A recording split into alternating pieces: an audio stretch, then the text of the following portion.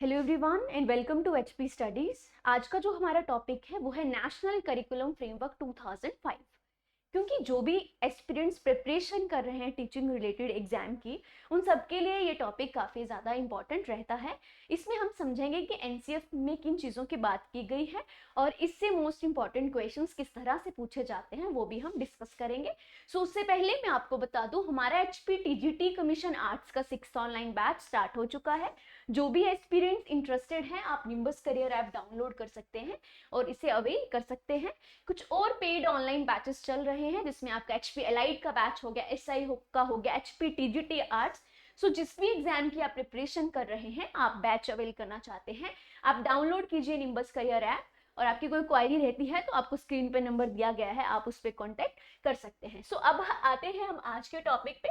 सो हमारा आज का टॉपिक है नेशनल करिकुलम फ्रेमवर्क। किन किन चीजों की बात की गई है, कब ये बना, कौन सा ये एनसीएफ था, कितने नंबर का ये एनसीएफ था। सो अगर मैं बात करूं तो ये था आपका 4th नंबर का एनसीएफ। इससे पहले हमारे 3 एनसीएफ ऑलरेडी आ चुके हैं।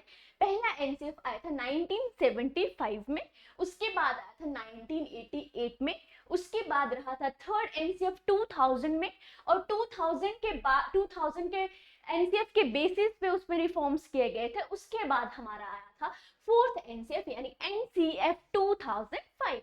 ओके, सो हमारी एक रिपोर्ट आई थी प्रोग्राम ऑफ एक्शन, ठीक है जी, प्रोग्राम ऑफ एक्शन। इस रिपोर्ट के बेसिस पे बात की गई थी लर्निंग विदाउट बर्डन, ठीक है जी।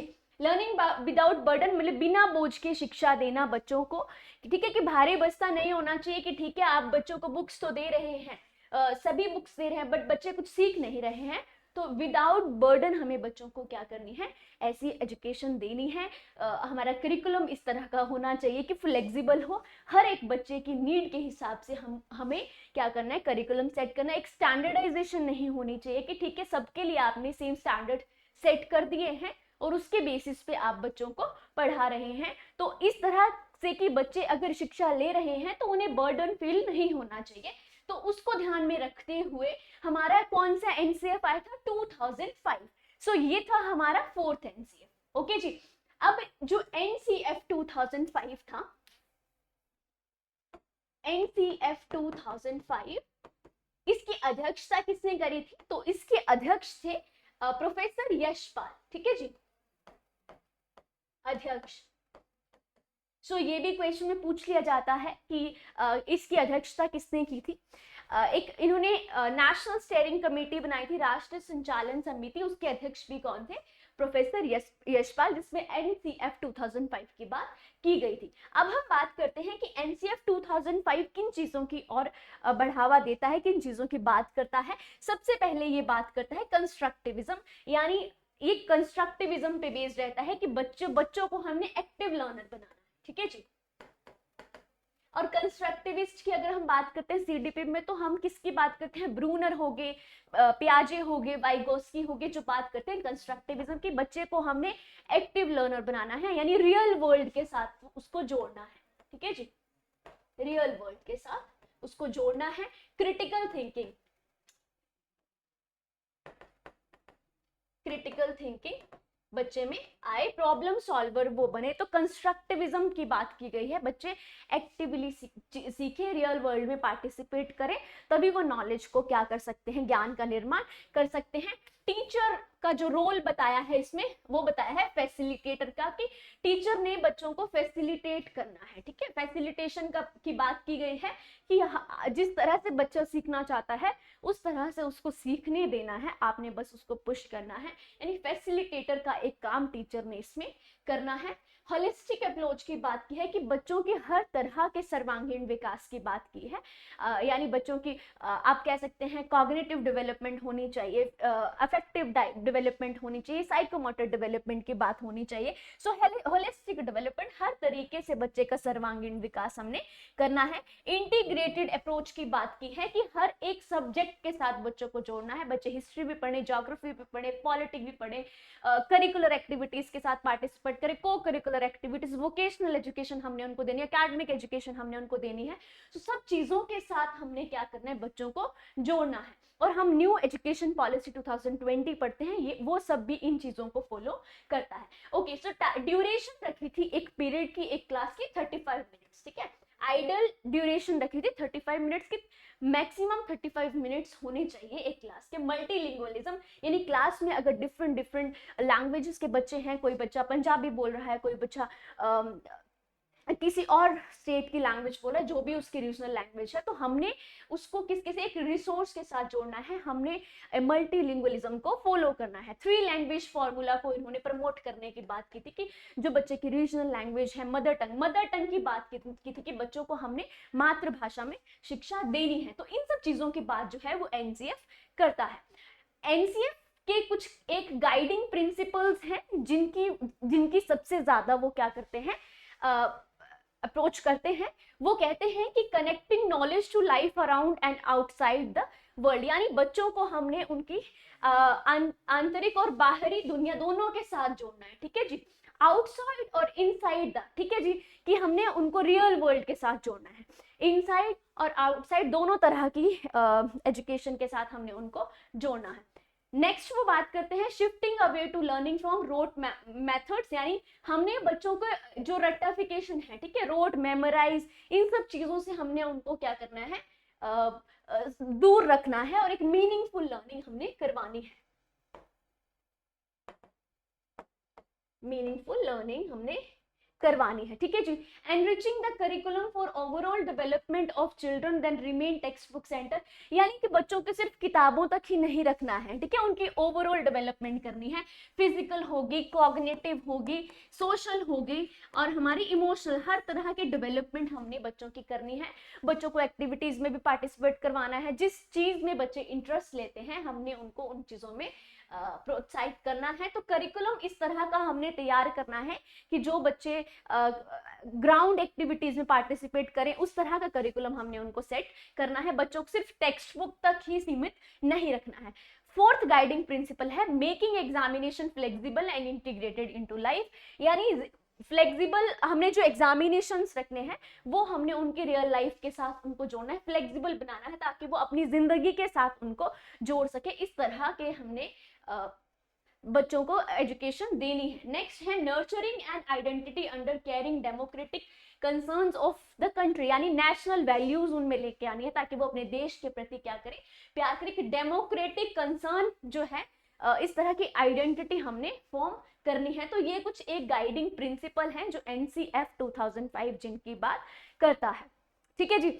अब हम बात करते हैं क्वेश्चंस की कि किस तरह के क्वेश्चंस आपके एग्जाम में पूछे जाते हैं।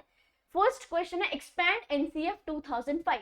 सो एनसीएफ 2005 की फुल फॉर्म क्या है? National curriculum framework 2005, national common framework 2005, national class framework 2005 और नन ऑफ द अबव। तो नेशनल करिकुलम फ्रेमवर्क 2005 जो है वो हमारा राइट आंसर इसमें हो जाएगा। सो ठीक है जी, okay. So option number A जो है वो हमारा बिल्कुल सही हो जाएगा। National curriculum framework 2005 derives its understanding from, राष्ट्रीय पाठ्यचर्या की जो रूपरेखा 2005 है इसकी समझ प्राप्त होती है। कहां से इसकी समझ प्राप्त होती है? बिहेवियरिज्म, कंस्ट्रक्टिविज्म, कॉग्निटिव थ्योरी और ह्यूमनिज्म। ओके, सो एनसीएफ 2000 बात करता है कंस्ट्रक्टिविज्म की, यानी रचनावाद की, कि बच्चों को हमने रियल वर्ल्ड के साथ जोड़ना है, बच्चों को हमने एक्टिव लर्नर बनाना है। पैसिव लर्निंग की बात कंस्ट्रक्टिविज्म नहीं करता है, इसीलिए ये किस चीज के साथ जुड़ा हुआ है? एनसीएफ 2005। तो ऑप्शन नंबर बी हमारा बिल्कुल सही हो जाएगा। The chairperson of the national steering committee was, राष्ट्रीय संचालन समिति के अध्यक्ष कौन थे?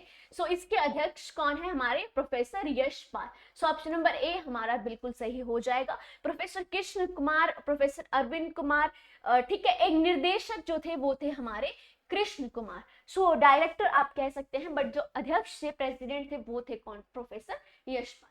ठीक है, बाकी ऑप्शन जो है वो गलत हो जाएंगे। According to NCF 2005, the role of a teacher has to be, यानी NCF 2005 के अनुसार एक शिक्षक की भूमिका होनी चाहिए। क्या भूमिका होनी चाहिए एक टीचर की? परमिसिव, फैसिलिटेटिव, अथॉरिटेटिव और डिक्टोरल। तो डिक्टेट नहीं करना है हमने बच्चों को, ठीक है, कि तानाशाह आपने जो कहा बस वैसे ही करना है। अथॉरिटेटिव की बस जो रूल्स फिक्स हैं उन्हीं को ही आपने अथॉरिटेटिव रखना है। परमिसिव भी नहीं होना चाहिए कि अनुमोदक आप उस चीज को बना दें। और फैसिलिटेटिव होनी चाहिए, टीचर का रोल होना चाहिए फैसिलिटेटर का, जहां बच्चों को प्रॉब्लम आ रही है वहां आपने उनकी हेल्प करनी है, जो हम वाइगोस्की का कंसेप्ट पढ़ते हैं स्कैफ फोल्डिंग वाला। सो इस तरह की जहां बच्चों को प्रॉब्लम आ रही है आपने वहां उनकी मदद करनी है, तो फैसिलिटेटर का रोल जो है वो एक टीचर का रहता है। In NCF 2005, the objective of including art education in a school is, यानी NCF 2005 में कला शिक्षा को विद्यालय में जोड़ने का उद्देश्य क्या है, ठीक है, आर्ट एजुकेशन को क्लासरूम में जोड़ने का मुख्य उद्देश्य क्या है, टू अप्रिशिएट कल्चरल हेरिटेज, कि हमने सांस्कृतिक विरासत की प्रशंसा करना है, to develop students personality and mental health, कि छात्रों के व्यक्तित्व और मानसिक स्वास्थ्य को विकसित करना है, ओनली ए इज करेक्ट और ए और बी बोथ आर करेक्ट, ठीक है जी। सो बिल्कुल सही हो जाएगा। आर्ट एजुकेशन को जोड़ने का मतलब यही है कि हमने अप्रिशिएट करना है कल्चरल हेरिटेज को, ठीक है, कि हाँ जो भी कल्चर है, क्योंकि अगर हम इन चीजों को नहीं जोड़ेंगे तो धीरे धीरे जो है वो जो संस्कृति जो विरासत है वो खत्म होती जाएगी। तो हमने अप्रिशिएट करना है और बच्चों की डेवलप करना है उनकी पर्सनालिटी और उनकी मेंटल हेल्थ को, ठीक है, कि आर्ट एजुकेशन में करवाएंगे तो बच्चों की पर्सनालिटी में इंप्रूवमेंट होगी, उनकी मेंटल हेल्थ अच्छी रहेगी। सो ऑप्शन नंबर डी हमारा बिल्कुल सही आंसर इसमें हो जाएगा। टीचिंग शुड एम एट, यानी शिक्षण का लक्ष्य किस चीज पर जोर देता है, enhancing children's natural desire and strategies to learn, बच्चों की जो प्राकृतिक इच्छा और सीखने की जो रणनीतियां हैं उनको बढ़ावा देना। क्या एम होना चाहिए शिक्षा का, बिल्कुल हमें बच्चों की जो नेचुरल डिजायर्स हैं उनको इनहांस करना चाहिए और उनकी जो स्ट्रैटेजीज है सीखने के लिए उनको भी हमें इनहांस करना चाहिए, बिल्कुल टीचिंग की एक टीचिंग का एम होना चाहिए। Reading the lesson in the text book, पाठ्य पुस्तक में पाठ पढ़ना, ये एक टीचिंग का एम होना चाहिए। Giving class work, homework, project work and conducting test, तो सबसे बेस्ट ऑप्शन पे हमने जाना है, ठीक है, giving class work, homework, project work उनको देना, कंडक्ट करना टेस्ट, ये भी ठीक है, बट सबसे बेस्ट ऑप्शन पे अगर हम जाएंगे सो वो हो जाएगा हमारा ऑप्शन नंबर ए, इनहैंस करना बच्चों की जो नेचुरल डिजायर्स हैं और उनकी जो स्ट्रैटेजीज है लर्न करने के प्रति उनको हमने क्या करना है, इनहैंस करना है। ऑप्शन नंबर ए बिल्कुल सही हो जाएगा। Which one of the following is not a guiding principle of national curriculum framework? अच्छा, इसमें से बताना है हमने कि राष्ट्रीय पाठ्यचर्या 2005 ढांचे में मार्गदर्शन सिद्धांत कौन सा नहीं है, सही, ठीक है, तो कौन सा एक गाइडिंग प्रिंसिपल नहीं है, हमने 5 गाइडिंग प्रिंसिपल डिस्कस किए हैं। ओके, सो फर्स्ट है connecting knowledge to life outside the school, कि बच्चों को हमने उनकी बाहरी जिंदगी के साथ भी जोड़ना है, बिल्कुल जोड़ना है, रियल वर्ल्ड के साथ वो जुड़े, ठीक है, एक्टिविटीज करें, ठीक है, हमने बच्चों को ग्रुप एक्टिविटीज करवानी है, हमने बच्चों को ग्रुप प्रोजेक्ट्स देने हैं ताकि वो समाज में भी अपने बाहरी जीवन के साथ भी ज्ञान को जोड़े। इस तरह की एक्टिविटीज हमें करवानी है कि फैमिली मेंबर्स को इंक्लूड करे, अपने फ्रेंड्स को इंक्लूड करे, ठीक है, बिल्कुल सही हो जाएगा हमारा ये, तो ऑप्शन नंबर ए बिल्कुल सही हो जाएगा।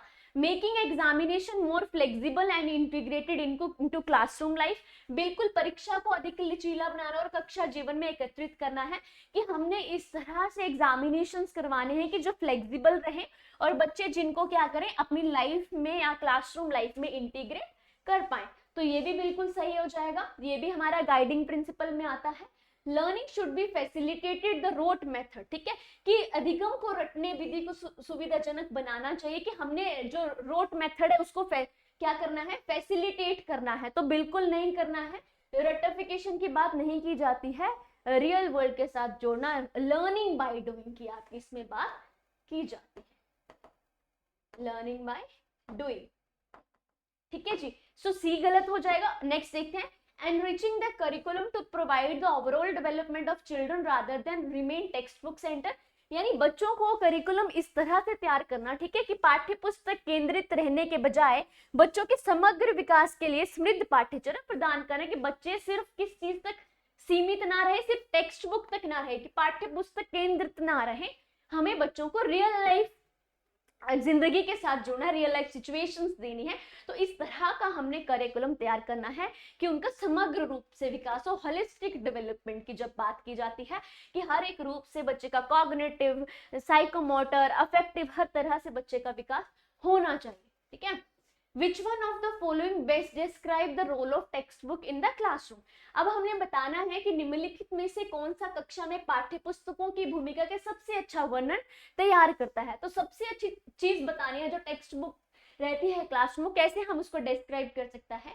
दे maintain homogeneity in classroom across a state और अ नेशन। वे राष्ट्र में, एक राज्य में सीखने की एकरूपता बनाए रखते कि एक जैसी बुक्स अगर आप तैयार कर देंगे तो होमोजेनिटी वो एक तैयार हो जाती है, ठीक है। They provide guidance to a teacher and parent about the course and study, यानी जो बुक्स होती हैं वो क्या करती हैं, टीचर्स, शिक्षकों और माता पिता को एक मार्गदर्शन प्रदान करती है कि हाँ ठीक है, हमने इस तरह की टेक्स्ट बुक बनाई है, अभी इन्हें ये पूरी साल पढ़नी है, तो आपको इस तरह का क्या हो जाएगा, एक गाइडेंस हो जाएगी, ठीक है जी। सो बेस्ट ऑप्शन पे जाना है। They form the most essential learning resources in a resource staff, यानी वे संसाधन भूखे संदर्भ में सबसे आवश्यक शिक्षण संसाधन बनते हैं कि ठीक है, सबसे बेस्ट एक रिसोर्स जो होता है वो टेक्स्ट बुक्स ही होती हैं और कोई चीजें नहीं होती हैं, बहुत सारी और चीजें होती हैं, बच्चों को प्रैक्टिकल करवाते हैं, ठीक है, मैप्स के थ्रू करवाते हैं, बहुत सारी चीजें जो है वो होती हैं। They are one of the resource and reference material available in the classroom, ठीक है, कि वो क्लासरूम में उपलब्ध केवल एक संसाधन और संदर्भ सामग्री में है, यानी ठीक है बिल्कुल बस क्लासरूम के लिए आपके लिए वो एक रेफरेंस है कि ये चीजें आप पढ़ रहे हैं, घर जाके आप दोबारा प्रैक्टिस कर सकते हैं, तो एक आपका संसाधन बन जाता है, एक संदर्भ सामग्री आपके लिए बन जाती है, एक रेफरेंस बन जाता है, एक आपने ये चीजें पढ़ी, आपने चीजें सीखी तो कहाँ से सीखी, तो आपके लिए एक रेफरेंस का काम इसमें करता है। तो सबसे बेस्ट डिस्क्राइब जो आपको बताया गया है वो है आपका ऑप्शन नंबर डी हमारा सही हो जाएगा कि ठीक है, ये सिर्फ एक रिसोर्स और रेफरेंस के रूप में हमारे साथ काम करता है। तो ये भी गलत हो जाएगा कि ठीक है, हमें बस यही माध्यम है, इसके माध्यम से ही चीजें चलती हैं, ठीक है, ये गाइडेंस प्रोवाइड करते हैं, तो गाइडेंस के लिए तो और भी बहुत सारी चीजें होती हैं, आप तो वर्चुअल क्लासरूम की हम बात करते हैं, होमोजेनिटी दिखाना ही एकमात्र इसका संसाधन नहीं रहता है, ठीक है। 9th क्वेश्चन है, अकॉर्डिंग टू एनसीएफ 2005, एनसीएफ 2005 के अनुसार media and educational technologies are significant but the teacher remain central, कि मीडिया और शैक्षिक प्रौद्योगिकी महत्वपूर्ण तो है लेकिन शिक्षक केंद्रीय रहता है।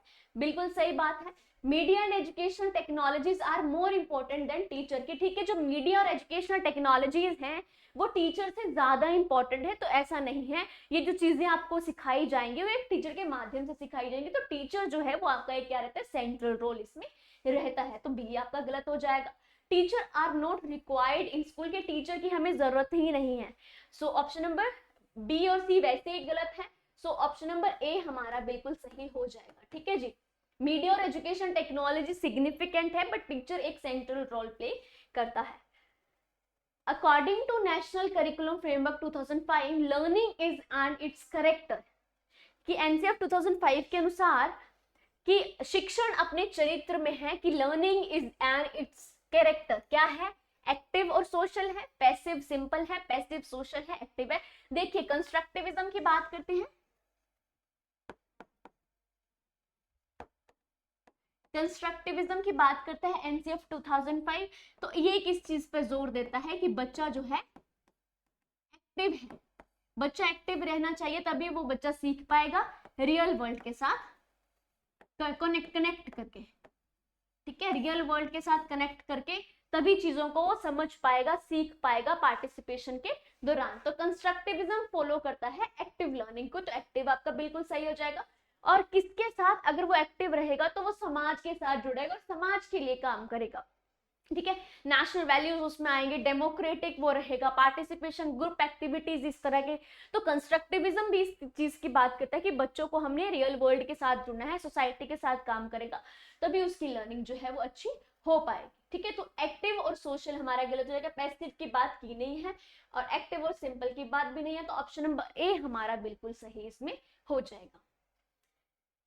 Several studies have shown that bilingual proficiency raise the level of, यानी बहुत सारी अध्ययन हैं जिनसे पता चला है कि द्विभाषी प्रवीणता का स्तर बड़ा है, ठीक है, कि कितना बड़ा है, bilingual proficiency raise the level of, कितना बड़ा है, cognitive growth, social tolerance, diversified thinking और ऑल ऑफ द अबव, ठीक है जी। अगर हम बाइलिंगुअल प्रोफिशिएंसी रखेंगे तो बच्चों का लेवल कॉग्निटिव ग्रोथ भी होगी, कि ठीक है, उनको अगर उनकी मदर टंग में पढ़ाया जाएगा, ठीक है, द्विभाषी रहेगा तो इवन 3 लैंग्वेज फॉर्मूला की बात करने के लिए एनसीएफ ने बढ़ावा दिया है। कॉग्निटिव ग्रोथ है कि जिस लैंग्वेज में वो पढ़ना चाहता है आप उसको उसमें समझाया जाएगा, पढ़ाया जाएगा, तो संज्ञानात्मक विकास होगा। सोशल टॉलरेंस यानी सामाजिक सहिष्णुता उसमें आएगी, समाज के साथ वो इंटरैक्ट कर पाएगा इजीली। डाइवर्सिफाइड थिंकिंग, विविध सोच, अपनी डाइवर्सली चीजों को सोचेगा, एक से ज्यादा आंसर्स उन चीजों के वो लेके आएगा। तो तीनों जो है वो आपके सही हो जाएंगे, यानी राइट आंसर आपका हो जाएगा डी। ठीक है जी, सो डी हमारा बिल्कुल सही आंसर इसमें हो जाएगा। ओके, नेक्स्ट क्वेश्चन है हमारा, the aim of teaching English as per NCF 2005 is the creation of, यानी एनसीएफ 2005 के अनुसार अंग्रेजी सिखाने का उद्देश्य क्या है। अब आपको इंग्लिश सिखानी है तो उसका आप क्या उद्देश्य रखेंगे, ठीक है जी, किस माध्यम से हम सिखाएंगे, बाइलिंगुअल सिखाएंगे, मल्टीलिंगुअलिज्म, इंग्लिश सिर्फ इंग्लिश में ही सिखाएंगे, नन ऑफ दीज। तो नन ऑफ दीज आपका गलत हो जाएगा क्योंकि आंसर आपका इसी में ही है। सिर्फ इंग्लिश, अगर इंग्लिश ही सिखानी है फिर इंग्लिश में ही सिखाएंगे, तो एनसीएफ किस चीज पे जोर देता है, मल्टीलिंगुअलिज्म। ठीक है जी, बाइलिंगुअल भी नहीं है कि ठीक है बाइलिंगुअल, फिर तो बाइलिंगुअल तो ये हो जाएगा ना कि इंग्लिश है और उसके बाद आप एक लैंग्वेज में बोल रहे हैं। मल्टीलिंगुअलिज्म का मतलब होता है जिसमें बहुभाषाई जिसको कहा जाता है, ठीक है, जिसमें बहुत सारी आपकी लैंग्वेज आ जाती है। सो मल्टीलिंगुअलिज्म का एनसीएफ कहता है कि हमें इसको एक रिसोर्स के माध्यम से समझना है। क्लासरूम में डिफरेंट तरह के बच्चे आएंगे जिनके अलग अलग भाषाएं होंगी, तो हमने उन सबको रिस्पेक्ट देनी है। क्योंकि अगर हम उनको रिस्पेक्ट देंगे तो जो उनके पीयर ग्रुप है वो उनसे बहुत सारी चीजें सीखेंगे और टीचर भी सीखेगा और टीचर समझाएगा। तो मल्टीलिंगुअलिज्म का हमने प्रयोग करना है, जिस लैंग्वेज में बच्चा इंटरेस्टेड है हमें उसे उस लैंग्वेज में उसको वो चीजें सिखानी है। NCF 2005 says that children do not fail, they indicate the failure of the school। यानी NCF 2005 कहता है कि बच्चे फेल नहीं होते हैं, स्कूल की जो विफलता का संकेत देते हैं कि बच्चे फेल नहीं होते, बट जो स्कूल का सिस्टम है, ठीक है, उसको इंडिकेट करते हैं कि स्कूल का सिस्टम फेल हुआ है, ठीक है, स्कूल का फेलियर है। सो इस चीज के साथ एग्री करते हैं, strongly agree, disagree, strongly disagree. देखिए, अगर क्लासरूम में बच्चा फेल हो रहा है इसका मतलब यही है कि जो क्लासरूम का सिस्टम है, जो स्कूल का एनवायरनमेंट है, जो स्कूल की करिकुलम तैयार किया गया है उसमें कहीं ना कमी है, तो उसका फेलियर जो है वो बच्चे की फेलियर में काउंट होता है। ठीक है, तो इस चीज के साथ हम बिल्कुल स्ट्रांगली एग्री करते हैं। अगर इस तरह का करिकुलम तैयार किया जाएगा जिसमें हर बच्चे की नीड को ध्यान में रखा जाएगा, क्योंकि क्लासरूम में इंडिविजुअल डिफरेंसेस रहते हैं, हम पढ़ते हैं उन चीजों के बारे में। कई बच्चे सोशली डिसएडवांटेज सेक्शन से आते हैं, कई बच्चे ऐसे होते हैं जो इकोनॉमिकली वीकर सेक्शन से होते हैं। सो इस तरह के डिसेबल्ड बच्चे देखते हैं, हम इम्पेयर्ड बच्चे देखते हैं। तो इस तरह के बच्चे जो क्लासरूम में रहते हैं, सो उन बच्चों को प्रॉब्लम रहती है अगर हम उनके लिए सेम तरह के स्टैंडर्ड फिट कर दोगे इवैल्यूएशन का सिस्टम, तो हमें उनमें चेंजेस लेके आने हैं। फ्लेक्सिबल रखेंगे, हर एक बच्चे के हिसाब से चीजों को चेंज करेंगे, तो ऑब्वियसली बच्चे का फेलियर कभी नहीं रहेगा। ठीक है जी, अगर स्कूल का सिस्टम अच्छा है तो ऑब्वियसली बच्चा जो है वो कुछ बढ़िया सीखेगा। तो स्ट्रांगली एग्री करते हैं, बी हमारा बिल्कुल सही आंसर इसमें हो जाएगा। NCF draws attention on their curricular such as, यानी NCF अन्य पाठ्यक्रम क्षेत्रों पर ध्यान आकर्षित करता है, ठीक है, और एक्स्ट्रा करिकुलर एरियाज पर ध्यान आकर्षित करता है। सच एज कौन कौन से होते हैं, the art and heritage craft education की जो कला और विरासत शिल्प शिक्षा है उन पर ध्यान केंद्रित करता है, बिल्कुल करता है। पीस एजुकेशन की बात करते हैं, ठीक है जी। हेल्थ एंड फिजिकल एजुकेशन हमने देनी है, तो ऑल ऑफ द अबव हमारा डी हमारा बिल्कुल सही आंसर इसमें हो जाएगा। देखिए एनसीएफ 2005 अपने जो उनका करिकुलम है, ठीक है जी, और कौन कौन से अदर करिकुलर एरिया है जिनकी वो बात करते हैं कि हमने बच्चों को आर्ट एजुकेशन देनी है और विरासत यानी आप कह सकते हैं कल्चर के साथ उनको जोड़ना है, कला के साथ उनको जोड़ना है, ताकि वो अपने संस्कृति को आगे बढ़ाए। पीस एजुकेशन की बात करते हैं कि शांति शिक्षा हमने बच्चों को देनी है। हेल्थ एंड फिजिकल एजुकेशन, बच्चे अगर अपने हेल्थ का ध्यान रखेंगे, फिजिकल एजुकेशन इनको होगी तो चीजों को अच्छे से समझ पाएंगे। All of the above is the right answer, ठीक है जी। एज पर एनसीएफ 2005 के अनुसार one main goal of mathematics education in school is, NCF 2005 कहता है कि स्कूलों में गणित शिक्षा का एक मुख्य लक्ष्य क्या है। अब हमने बच्चों को मैथमेटिक्स में एजुकेशन देनी है, ठीक है जी। तो उनका एक मेन गोल क्या रहता है, डेवलप न्यूमेरेसी स्किल, कि बच्चों में हमने एक न्यूमेरेसी स्किल जो रहती है वो डेवलप करनी है। इनहैंस प्रॉब्लम सॉल्विंग स्किल, बिल्कुल हमने बच्चों में प्रॉब्लम सॉल्विंग स्किल को डेवलप करना है। नर्चर एनालिटिकल थिंकिंग, जो विश्लेषणात्मक क्षमता है वो बच्चों का पोषण हमने करना है। बिल्कुल बात करती है mathematics the child's thought and process, बच्चों में विचार प्रक्रिया को, mathematics the child's thought process, बच्चों का जो विचार है प्रक्रिया का, गणित करने का उस थॉट प्रोसेस को हमने बढ़ाना है। ये चीजें बिल्कुल सही है, ये हमारे किस में आ जाएंगे, कौशलों में आ जाएंगे। बच्चों में कौन कौन सी स्किल्स हमने डेवलप करानी, होलिस्टिक डेवलपमेंट की एक इंटीग्रेटेड अप्रोच की बात करते हैं, उसमें सब चीजें आ जाएंगी। क्वेश्चन में पूछा गया मैथमेटिक्स का हमने हमारा मेल जो मेन गोल है वो क्या होना चाहिए, तो mathematics maintain the child's thought process, बच्चों को जो मैथ्स के प्रति जो थॉट है उसको हमने, उस प्रक्रिया को हमने क्या करना है, उस पर विचार करना है। सो ऑप्शन नंबर डी हमारा बिल्कुल सही आंसर इसमें हो जाएगा। National curriculum framework 2005 suggests some activities to promote peace and listed in the curriculum framework। राष्ट्रीय पाठ्यचर्या रूपरेखा 2005 में शांति शिक्षा को बढ़ावा देने के लिए कुछ क्रियाकलापों की अनुशंसा की गई है। पाठ्यक्रम क्रम रूपरेखा में निम्नलिखित में से किस सूचीबद्ध किया गया है। ओके जो चीजें मैंने आपको बताया कि किस किस चीज पर एनसीएफ 2005 बढ़ावा देता है, एक तो आर्ट पे, हेरिटेज कल्चर पे, पीस एजुकेशन पे, physical education and health education, कुछ एक इंपॉर्टेंट एस्पेक्ट्स है। अब हमें कहा गया है कि प्रमोट करता है वो पीस एजुकेशन को, ठीक है।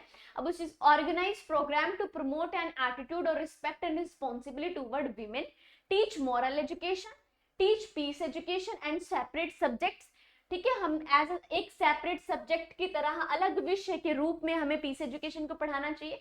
Integrate peace education in the curriculum, शांति शिक्षा को पाठ्यक्रम में सम्मिलित किया जाए, बिल्कुल किया जाए।